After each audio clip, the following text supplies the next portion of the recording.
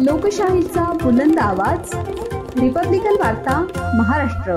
छत्रपती संभाजीनगर ग्रामीण भागात शाळांना सुट्टी, हवामान खात्याचा येलो अलर्ट, जिल्हाधिकाऱ्यांचा निर्णय। छत्रपती संभाजीनगर जिल्ह्यातील ग्रामीण भागात दिनांक 29 सप्टेंबर सर्व शाळा, महाविद्यालय, अंगणवाडी, पूर्व प्राथमिक व प्राथमिक, माध्यमिक आणि उच्च माध्यमिक शाळांना सुट्टी जाहीर करण्यात आली आहे। यावेळी प्रादेशिक हवामान केंद्र मुंबई यांनी दिलेल्या सूचनेनुसार जिल्ह्यात येलो अलर्ट जारी करण्यात आला असून तुरळक ठिकाणी मुसळधार ते अतिमुसळधार पावसाची शक्यता आहे। सद्यस्थितीत जिल्ह्यातील सर्व सिंचन प्रकल्प पूर्ण क्षमतेने भरलेले असून नद्यांमध्ये पाण्याचा विसर्ग सुरू आहे। तसेच काल दिनांक 28 सप्टेंबर रोजी जिल्ह्यातील तब्बल 68 मंडळांमध्ये अतिवृष्टी झाल्याने प्रमुख नद्यांनी इशारा पातळी गाठली आहे। त्यामुळे काही भागात पूरस्थिती निर्माण होण्याचा धोका व्यक्त करण्यात आला आहे। विद्यार्थ्यांच्या सुरक्षिततेच्या दृष्टीने जिल्हाधिकारी तथा जिल्हा आपत्ती व्यवस्थापन प्राधिकरण अध्यक्ष दिलीप स्वामी यांनी हा निर्णय घेतला आहे। ग्रामीण पोलीस अधीक्षक डॉ. विनय कुमार राठोड यांनीही या संदर्भात सूचनांची अंमलबजावणी करण्याचे आवाहन केले आहे। यावेळी महानगरपालिका क्षेत्र वगळता ग्रामीण भागातील सर्व शैक्षणिक संस्था बंद राहणार आहेत। मागील काही दिवसापासून वैजापूर, पैठण आणि कन्नड या भागामध्ये अतिवृष्टी सुरू आहे आणि येणारे पुढील काही 2-3 दिवस पुन्हा अजून अतिवृष्टीची संभावना वर्तवली जात आहे।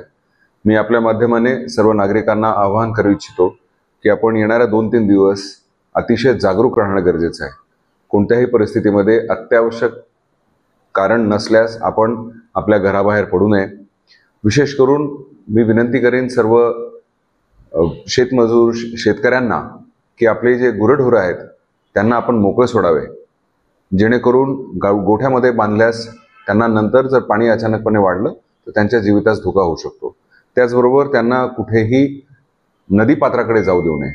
त्याचबरोबर आपल्या मुलांना यांना सुद्धा स्पष्ट आणि सज्जड समज द्यावा की कुठेही अशा ठिकाणी जाऊ नये जेणेकरून त्यांच्या जीवितास धोका होऊ शकतो।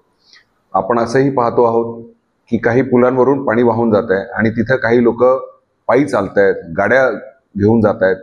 ह्यामुळे सुद्धा सर्वांच्या जीविताला धोका निर्माण होऊ शकतात।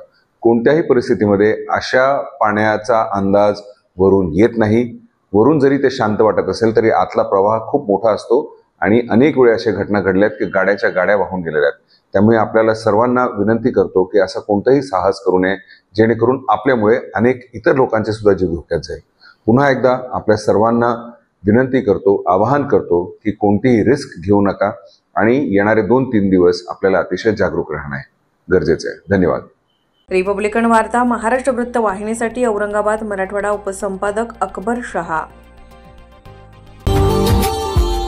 Subscribe now and press the bell icon. Never miss an update.